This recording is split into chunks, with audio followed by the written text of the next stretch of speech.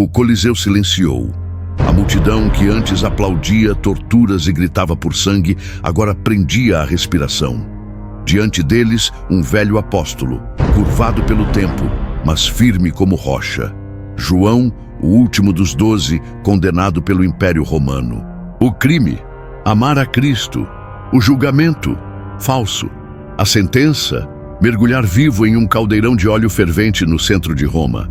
Era o ano de 95 d.C., e o imperador Domiciano exigia a adoração como Deus. Os cristãos recusavam. João, com sua voz fraca, porém inabalável, declarava: só Jesus é o Senhor. Mas Roma queria calá-lo.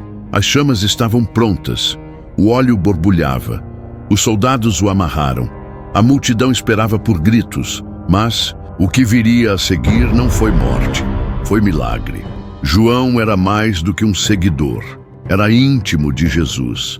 Ele o viu curar cegos, acalmar tempestades e ressuscitar mortos. Na última ceia, reclinou sobre o peito de Cristo. Foi o único discípulo a permanecer ao pé da cruz. E foi a ele que Jesus entregou o cuidado de Maria, sua mãe. João era chamado de o discípulo amado, não por favoritismo, mas por profundidade. Ele compreendia o coração de Jesus. Sabia que seguir o Mestre não significava ausência de dor, mas sim presença de propósito. Foi esse entendimento que o sustentou enquanto era levado à arena. Não como vítima, mas como testemunha viva de um reino que não pode ser queimado nem vencido pelo fogo. O óleo fervia como lava. O cheiro da morte pairava no ar. Mas quando João foi lançado no caldeirão, algo extraordinário aconteceu. O fogo não queimou, o óleo não feriu, nenhuma bolha de dor, nenhum grito de agonia. João permaneceu em pé, como se envolto por uma proteção invisível. O mesmo Deus que esteve com Sadraque, Mesaque e Abed-nego na fornalha, agora se fazia presente ali. Isaías 43:2 se cumpria diante dos olhos de todos. Quando passares pelo fogo, não te queimarás. A multidão se calou. Alguns se ajoelharam, outros fugiram. O imperador, tomado de pavor, ordenou que parassem. O evangelho não havia sido vencido. Pelo contrário, havia acabado de triunfar sobre a morte mais uma vez. Domiciano, sem saber o que fazer, decidiu exilar João. Enviou-o para a ilha de Patmos, uma prisão remota, cercada de pedras e solidão. Mas foi ali, longe da multidão, sem púlpito, sem templo, sem audiência, que João teve a maior visão da história cristã.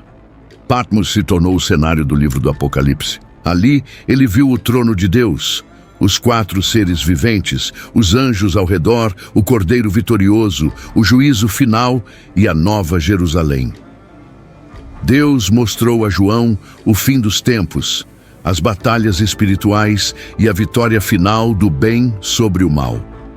Quando todos achavam que ele tinha sido silenciado, ele se tornou a voz mais alta da eternidade.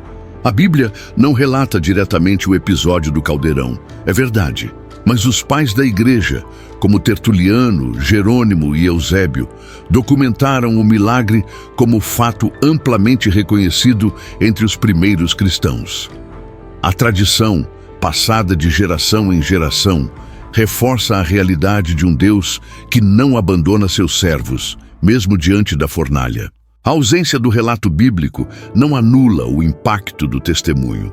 Pelo contrário, mostra que Deus continua fazendo coisas além da nossa compreensão, além do que os livros conseguem registrar.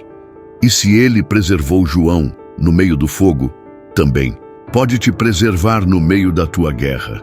João não morreu como mártir, mas como exemplo.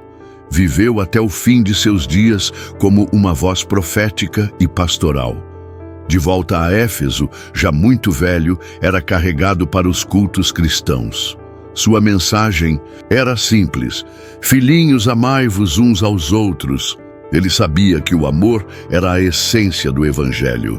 Não pregava com gritos, mas com autoridade.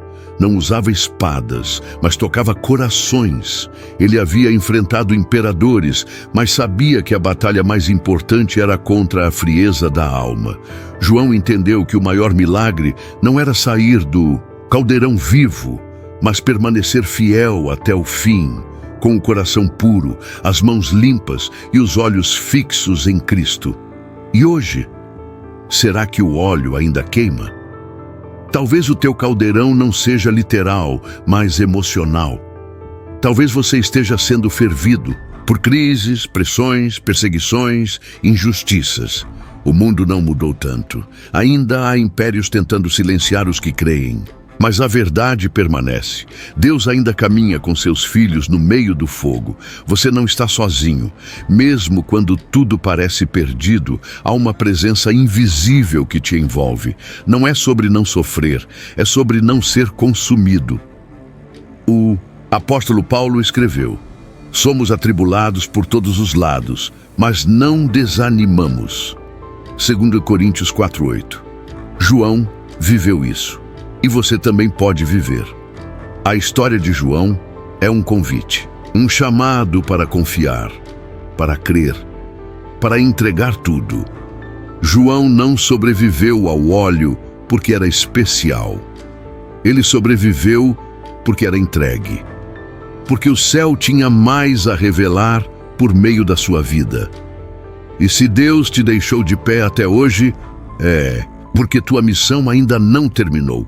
Ele pode estar escrevendo algo em meio ao teu sofrimento. Não desista no meio do processo. Deus transforma fornalhas em altares, prisões em portais, óleo fervente em testemunhos eternos.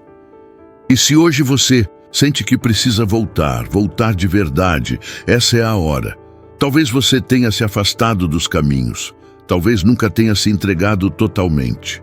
Talvez ainda esteja tentando vencer na força do braço, mas o convite é simples. Deixe Jesus ser o Senhor da sua vida. Como João declarou diante de um império, só Ele é Senhor.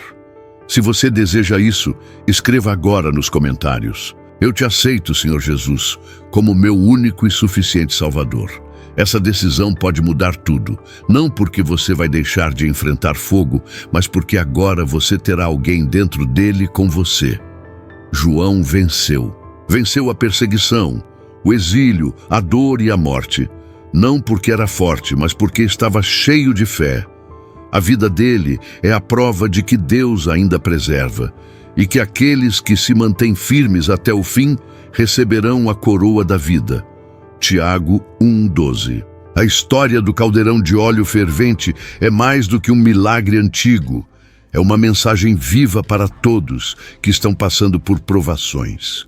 Com Deus, até o fogo obedece. E com Cristo, a última palavra nunca vem do imperador, vem do céu.